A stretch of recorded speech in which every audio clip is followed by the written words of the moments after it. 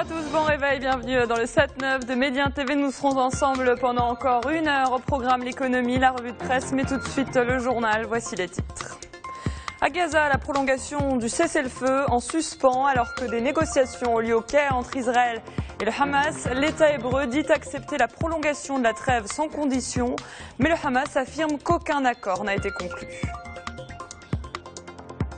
C'est la plus grave épidémie d'Ebola en 40 ans d'histoire de la maladie et de loin, selon le dernier bilan de l'OMS. Alors coûté la vie à 932 personnes, dont 45 entre le 2 et le 4 août.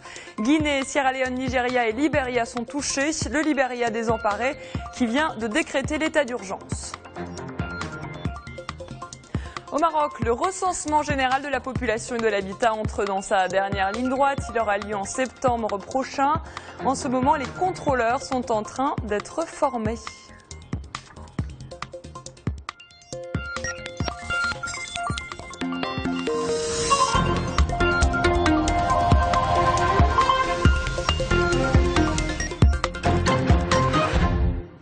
Des négociations tendues au Caire entre Israël et le Hamas. Le cessez-le-feu à Gaza entre dans son 3e et dernier jour. L'État hébreu accepte la prolongation, mais le Hamas affirme qu'aucun accord n'a été conclu. Selon le ministère palestinien de la Santé, plus de 1800 personnes ont trouvé la mort depuis le début de l'offensive israélienne, il y a moins d'un mois. Manal El-Ardari. Un décor chaotique à Gaza. L'enclave palestinienne est transformée en champ de ruines. Après l'entrée en vigueur d'une trêve de 72 heures qui semble tenir, les Gazaouis retrouvent leur quartier dévasté par les bombes. Hier, Israël a accepté une prolongation sans condition du cessez-le-feu. Le Hamas affirme pour sa part qu'aucun accord n'a été conclu lors des négociations pour une trêve durable. Le bilan de la guerre est lourd. 1886 Palestiniens ont péri durant l'offensive israélienne qui a duré 29 jours. Parmi les victimes, on compte 430 enfants. Rien ne justifie les massacres commis à Gaza et ce nombre de femmes, d'hommes et d'enfants tués. Rien ne justifie les destructions de maisons et des infrastructures civiles. Après la guerre, il faudra rebâtir les maisons, l'unique centrale électrique et les autres infrastructures. La reconstruction de l'enclave coûtera au minimum 6 milliards de dollars. Si toutes les matières premières sont disponibles, notamment le ciment et le fer à béton, la reconstruction de cette usine prendra au moins 2 ans. Lors d'une allocution en clôture du sommet États-Unis-Afrique, le président américain Barack Obama a appelé à l'arrêt des hostilités. Maintenant, notre objectif est de nous assurer que le cessez-le-feu tienne réellement. Les Gazaouis ont besoin d'espoir. Pour leur part, les Israéliens devront s'assurer qu'ils ne vont plus subir des tirs de roquettes comme nous en avons vu ces dernières semaines. Dans l'enclave palestinienne, 1,8 million de personnes survivent au blocus imposé par Israël depuis 2006. Selon l'ONU, pas moins de 16 000 logements ont été détruits depuis le 17 juillet, poussant à la rue près d'1 demi-million de personnes. On reste au Proche-Orient, mais cette fois en Irak, dans le nord du pays. Les combattants kurdes ont uni leurs forces dans une rare alliance. Kurdes d'Irak, de Syrie et de Turquie se sont alliés pour faire face aux djihadistes de l'État islamique. Ils ont mis temporairement leurs différends de côté. À 50 km de la frontière syrienne, la ville de Sinjar est tombée dimanche aux mains des insurgés sunnites, provoquant la fuite de dizaines de milliers de civils, 200 000 selon l'ONU.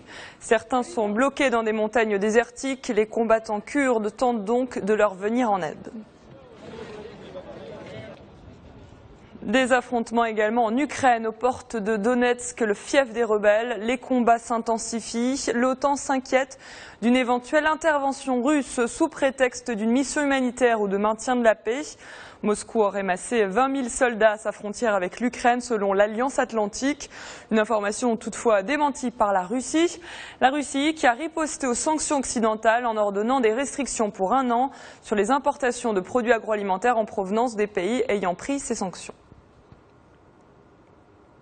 Je vous en parlais en titre, l'épidémie d'Ebola progresse à vitesse grand V. Elle a fait à ce jour 932 victimes en Afrique de l'Ouest, dont 45 en 2 jours entre le 2 et le 4 août.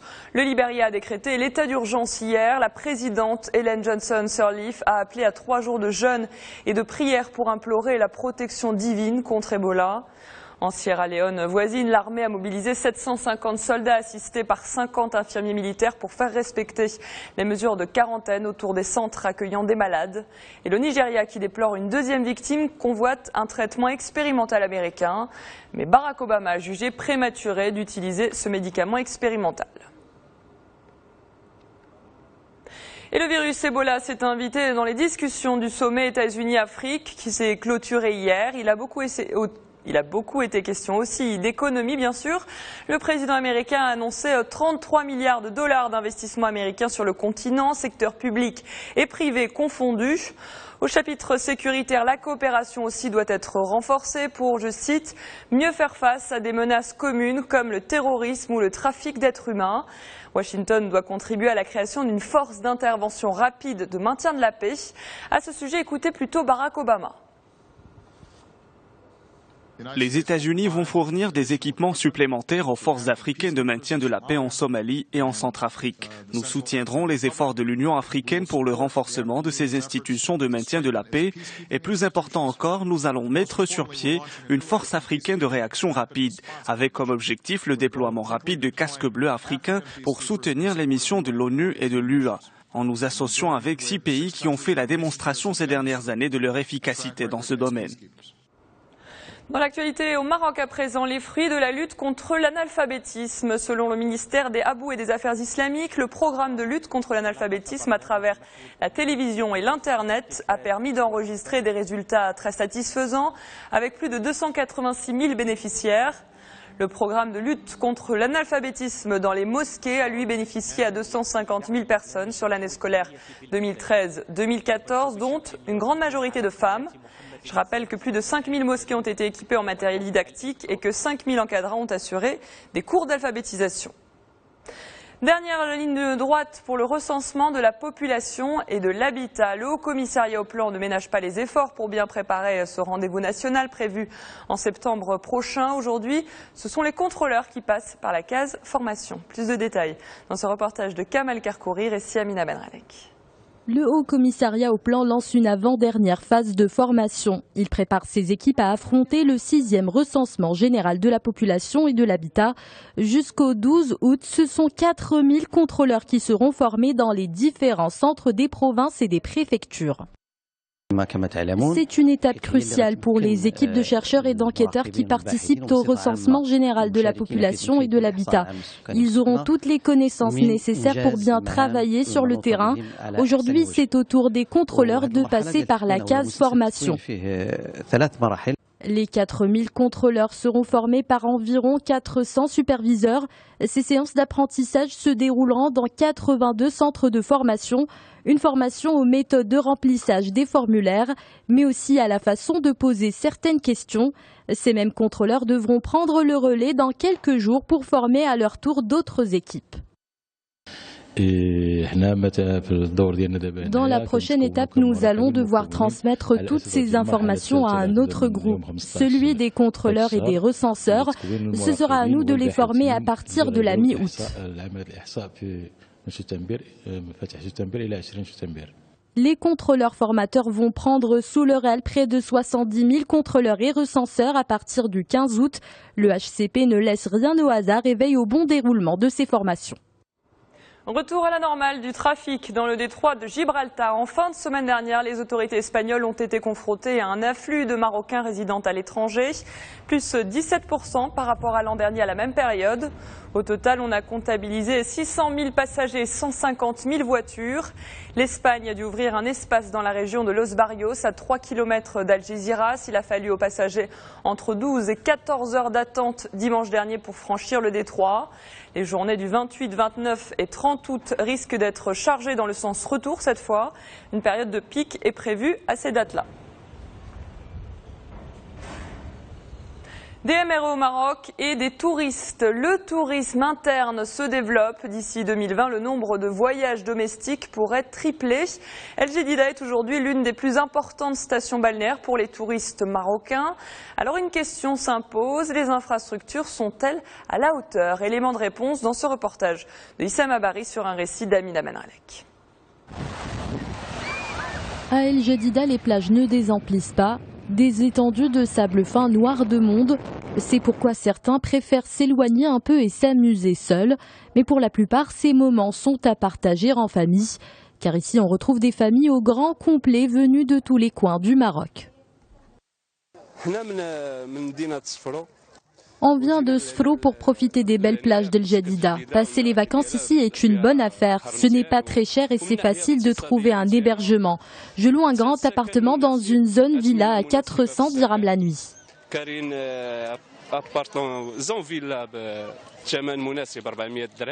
La location d'appartements et de villas pour les vacances, un business qui fleurit en haute saison à El Jadida. On retrouve aussi une grande offre hôtelière. La province dispose de plus d'une cinquantaine d'unités, toutes catégories confondues. Mais pour les familles, cette offre n'est pas si intéressante que cela. Avec ma famille, on préfère louer un appartement. Les enfants sont beaucoup plus à l'aise et je préfère cuisiner moi-même. En plus, les hôtels ici sont vraiment chers. Malgré la diversité des infrastructures touristiques à El Jadida, l'offre reste insuffisante. Elle est en deçà de la demande croissante des touristes. La société cambodgienne face à un verdict historique. 35 ans après la chute du régime Khmer Rouge, le tribunal spécial chargé de juger ces crimes a condamné hier les deux seuls hauts dirigeants encore en vie à la prison à perpétuité.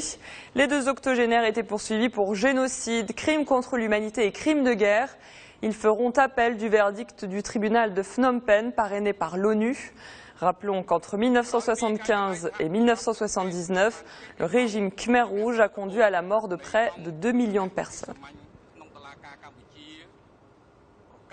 Un autre procès en Afrique du Sud, cette fois le procès Pistorius entre dans sa dernière ligne droite. Aujourd'hui et demain, l'accusation et la défense livreront leur dernière bataille. Le champion paralympique Oscar Pistorius est accusé du meurtre de sa petite amie Riva Steenkamp en 2013. Reportage.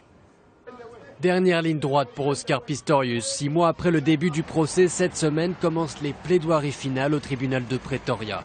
Le champion paralympique sud-africain accusé d'avoir assassiné sa petite amie en 2013 a toujours nié. Il parle de légitime défense lors de ce qu'il pensait être un cambriolage. Je n'ai pas eu le temps de réfléchir. J'ai entendu le bruit, j'ai pensé que quelqu'un était venu m'attaquer, donc j'ai tiré.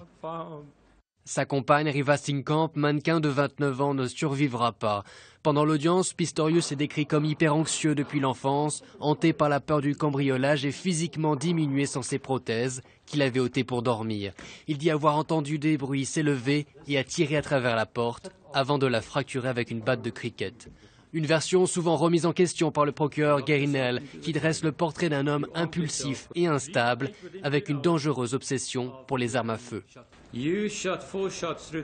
Elle s'est enfermée dans les toilettes, vous avez pris une arme et vous avez tiré dans le but de la tuer. C'est faux. Si, c'est ce que vous avez fait. Mi-juillet, Oscar Pistorius s'exprime pour la première fois depuis le drame sur Twitter, car pour la star sud-africaine, la bataille n'est pas encore perdue. L'un des arguments les plus forts de Barry Roux, l'avocat de la défense, c'est la concordance temporelle entre la version de Pistorius et le témoignage de ses voisins. Il a toujours maintenu que les premiers coups étaient les tirs et les seconds les coups de batte de cricket sur la porte. Il dit que cela concorde avec ce qu'ont entendu les voisins et prouve la version des faits de son client. Il va vraisemblablement utiliser cela à nouveau pour essayer de prouver l'innocence. Assassin manipulateur ou tragique accident, après les plaidoiries de l'accusation et de la défense, la juge Massipa devra répondre à cette question. S'il est déclaré coupable, Oscar Pistorius risque une peine incompressible de 25 ans de prison. Voilà pour le journal. On va rester en Afrique du Sud pour notre prochaine rubrique.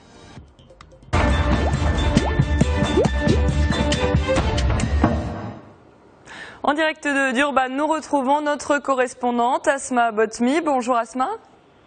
Bonjour Alissane, bonjour à tous. Alors on commence avec ce tremblement de terre qui a eu lieu chez vous il y a 2 jours, un tremblement de terre qui a provoqué la panique, mais qui a fait plus de peur que de mal. Oui, Alison, la terre a tremblé ici en Afrique du Sud mardi à la mi-journée. Comme vous l'avez dit, il y a eu plus de peur que de mal, pas beaucoup de dégâts. Une victime, un homme de 31 ans, est décédé écrasé par l'écroulement d'un mur près de la ville minière d'Orkney. Et aussi dans la même région, le groupe minier Anglo Gold Ashanti a aussi fait état de 17 blessés légers parmi son personnel. Alors l'épicentre de ce séisme d'une magnitude de 5,3 a été localisé à 180 km de Johannesburg, dans la ville, près de la ville minière d'Orkney. La secousse a fait trembler les bâtiments de la ville économique Johannesburg et elle a aussi été ressentie jusqu'au Botswana, au Mozambique et ici même à Durban. Alors le Conseil de géosciences sud-africain a déclaré qu'il fallait s'attendre à des répliques similaires dans ces jours-ci. Des secousses d'une magnitude semblable pourraient avoir lieu, mais ils ne peuvent pas prédire quand exactement. Selon l'Institut de géophysique américain, l'Afrique du Sud a évité le pire, puisque si la magnitude de ce séisme avait été plus élevée, eh bien les dégâts auraient été considérables, car l'épicentre se trouvait à 10 km de profondeur dans une région minière. Tout autre chose à présent, Asma, la mort d'une girafe sur l'autoroute il y a plusieurs jours a suscité la polémique chez vous. Oui, Alison. Alors l'affaire remonte à la semaine dernière, lorsqu'une girafe est morte sur l'autoroute après avoir heurté avec sa tête un pont. L'animal était transporté dans un camion, à l'arrière d'un camion, avec une autre girafe qui, elle, a survécu au drame. Les animaux venaient d'être vendus à une réserve privée et donc étaient transportés vers leur nouvelle résidence. Et c'est là que le drame a eu lieu. Donc la girafe a percuté un pont avec sa tête. Alors l'incident a provoqué une polémique ici dans le pays et beaucoup d'émotions sur les réseaux sociaux. Les Sud-Africains se disent tour à tour dévastés et très en colère. L'assistante personnelle de Nelson Mandela, Zelda Lagrange, a quant à elle demandé sur Twitter à ce que les responsables soient nommés et sévèrement punis. Alors face à toute cette émotion, le responsable de la compagnie de transport qui est en cause a voulu se défendre dans la presse. Alors selon lui, c'est le pont qui aurait été anormalement bas et que la compagnie de transport de ces animaux a fait tout ce qu'il fallait et dans les normes. Mais la Société sud-africaine de défense des animaux veut porter plainte contre cette compagnie de transport. Et en attendant de savoir si les poursuites seront engagées, les Sud-Africains étaient soulagés d'apprendre que la seconde girafe se porte bien et a été soignée. Elle a été surnommée Lucky, la chanceuse. Merci beaucoup Asma pour ce tour d'horizon de l'actualité chez vous. À très bientôt. Tout de suite, on passe à la revue de presse. Qu'est-ce qui fait les gros titres de vos journaux ce matin? Eh bien, il est question du sommet États-Unis-Afrique, du code de la presse en préparation ou encore du logement social en crise. Taoufik Nasseri.